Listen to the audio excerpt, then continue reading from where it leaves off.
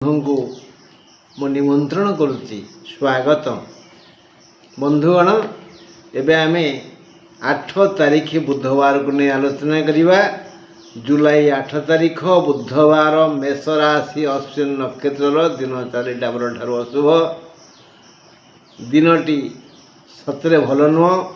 ଶାରୀରିକ ଅସୁସ୍ଥତା, ବୃଥା ଖର୍ଚ୍ଚ, ସାମୟିକ କଳହ, ମାନସିକ ଅଶାନ୍ତି, ବାକ୍ ବେତଣ୍ଡା ଭଳି ବିବିଧ ସମସ୍ୟା ଭିନ୍ନ ଭିନ୍ନ ସମୟରେ ସୃଷ୍ଟି ହେବ। ଦିନ 4ଟା ଯାଏ ନୀରବତା ରକ୍ଷା କଲେ ଶାନ୍ତି ମିଳିବ। ତା ପରଠାରୁ ଏହି କ୍ରମରେ ସ୍ୱାସ୍ଥ୍ୟର ବିକାଶ ହେବ, ଆୟପନ୍ଥା ଖୋଲିଯିବ, ବନ୍ଧୁ ମିଳନ ହେବ, ରୁଚିକର ଭୋଜନ ମିଳିବ। ଯଦି ଅତୀତକୁ ରୋମନ୍ଥନ କରି ସ୍ଥିର ଚିତ୍ତରେ ନିଜ ବୃତ୍ତି ପ୍ରତି ଧ୍ୟାନ କେନ୍ଦ୍ରସ୍ଥ କରିବେ, ରୋଜଗାର ବଢ଼ିଯିବ, ଦେହ ଭଲ ହୋଇଯିବ, ଆରାମରେ ରହିବେ। ବୃଷ ରାଶି। ବୃଷ ରାଶି ରୋହିଣୀ ନକ୍ଷତ୍ରର ଦିନ 4ଟା ପରେ ଅଶୁଭ। 4ଟା ଯାଏ ବୃଷ ରାଶିର ବିଶେଷ ଶୁଭ ସମୟ ରହିବ। ସମସ୍ତ ମାନସିକ ଶାନ୍ତି, ସୁଖ, ଆନନ୍ଦ, ଶାରୀରିକ ସୁସ୍ଥତାର ଆନନ୍ଦ ମିଳିବ। ଅବଗତ ହେବେ ଯେ ଆଜି ହାତକୁ ଧନ ଆସିବ। ନିତିଦିନ କରୁଥିବା ବୃତ୍ତି, ବ୍ୟବସାୟ, ସେବାରୁ ଭଲ ଆୟ ହେବ। କିଛି ଶୁଭ ଖବର ମିଳିବ। ବନ୍ଧୁଙ୍କ ସହ ସଂଳାପ ହେବ। ଦିନଟା 4ଟା ପରଠାରୁ ଦେହ ଖରାପ ହେବ ଆଉ ଖର୍ଚ୍ଚାନ୍ତ ହେବେ।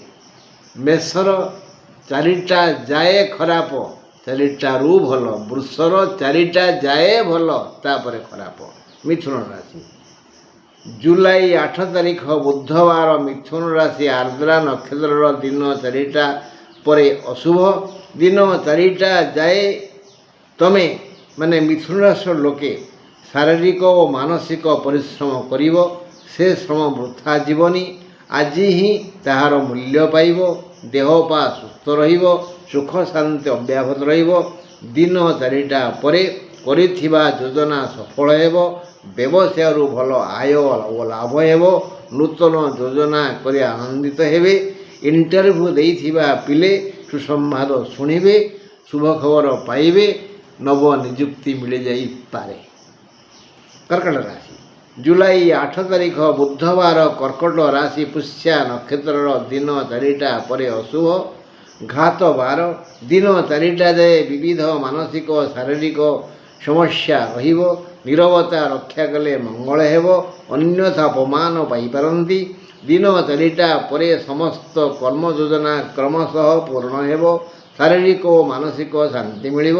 ଅର୍ଥ ଚିନ୍ତା କରୁଥିବା ବ୍ୟକ୍ତିଙ୍କୁ 4ଟା ପରେ ସୁଯୋଗ ମିଳିବ। ଯଦି ଉଦ୍ୟୋଗ ଜାରି ରଖିବେ, ଭଲ ଆୟ ହେବ, ଶାନ୍ତି ପାଇ ଖୁସି ହେବେ। ସିଂହ ରାଶି।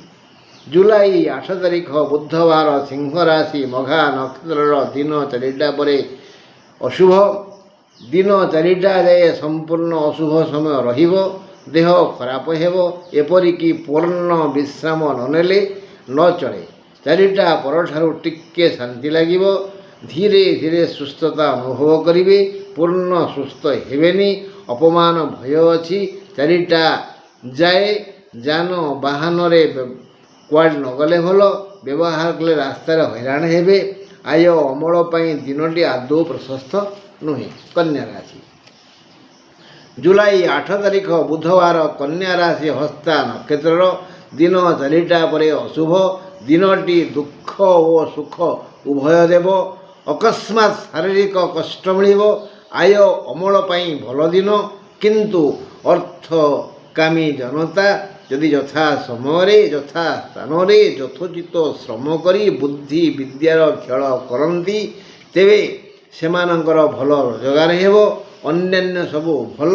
ଦିନ 4ଟା ପରେ ବଡ଼ ମନ୍ଦ ସମୟ ଆସିବ।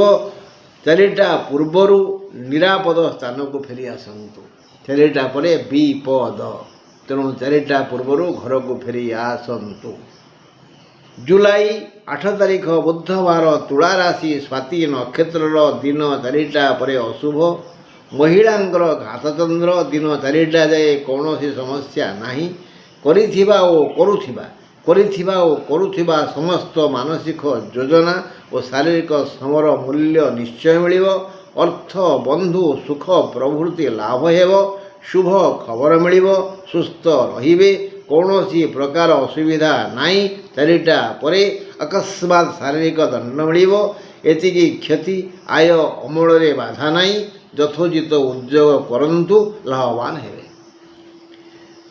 ବିଛା ରାଶି। ଜୁଲାଇ 8 ତାରିଖ ବୁଧବାର ବିଛା ରାଶି ଅନୁରାଧା ନକ୍ଷତ୍ରର ଦିନ 4ଟା ପରଠାରୁ ଅଶୁଭ। ଦିନଟି ସବୁ ଦିଗରୁ ଭଲ। କୌଣସି କାମରେ ବାଧା ବନ୍ଧନ ନାହିଁ। ଲକ୍ଷ୍ୟ ଯଦି ମହାନ, ଚିନ୍ତା ଯଦି ଉଜ୍ଜ୍ୱଳ, କର୍ମ ଯଦି ସତ୍, ତେବେ ସମସ୍ତ ମନୋକାମନା ପୂର୍ଣ୍ଣ ହେବ। ସବୁରି ମୂଳରେ ଚେଷ୍ଟା।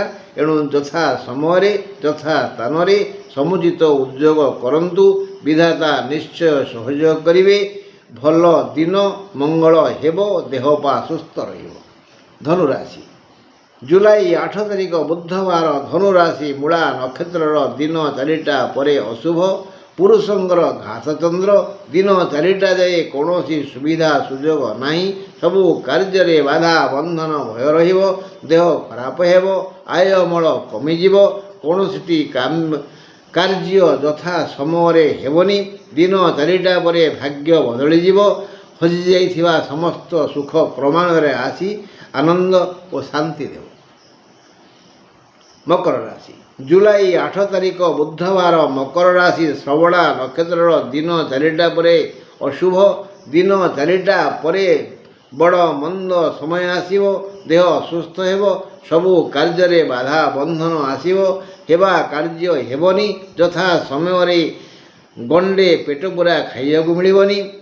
ଆଉ ସେ ଯାଏ ଏକରକମ ସୁଖ। ଭାଇ ସମ୍ପର୍କ ଠିକ୍ ରହିବ। କର୍ମ ଯୋଜନା ସଫଳ ହେବ। ଆୟ ଅମଳରେ ଖୁସି ହେବେ।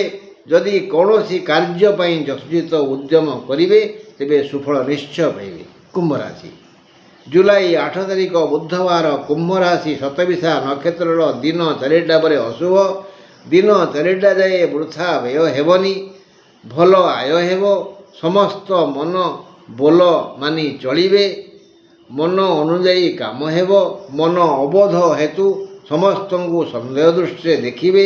ଆୟରେ ଓ କର୍ମରେ ବାଧା ଆସିବ। 4ଟା ପରେ ଯଦି ଯତ୍ନଶୀଳ ହୋଇ ଉଦ୍ୟୋଗ କରିବେ, ତେବେ ଉତ୍ତମ ଫଳ ପାଇବେ। ଯେଉଁଥିପାଇଁ ଯଥା ସମୟରେ ଯଥୋଚିତ କର୍ମ କରିବେ, ସେ କର୍ମର ଫଳ ସୁଆଦିଆ ଲାଗିବ। ଶେଷ ରାଶି ମୀନ ରାଶି। ଜୁଲାଇ 8 ତାରିଖ ବୁଧବାର ମୀନ ରାଶି ଉତ୍ତର ଭାଦ୍ର ନକ୍ଷତ୍ରର ଅଶୁଭ। ଦିନ 4ଟା ଯାଏ ସମସ୍ତ କୌଳିକ, ମୌଳିକ, ବୌଦ୍ଧିକ, ଆର୍ଥିକ, ଶାରୀରିକ, ମାନସିକ ଓ ପାରିବାରିକ ଶାନ୍ତି, ସୁଖ, ସୁବିଧା ମିଳିବ। ଦେହ ପୂର୍ବାପେକ୍ଷା ସୁସ୍ଥ ଓ ସୁନ୍ଦର ଦିଶିବ।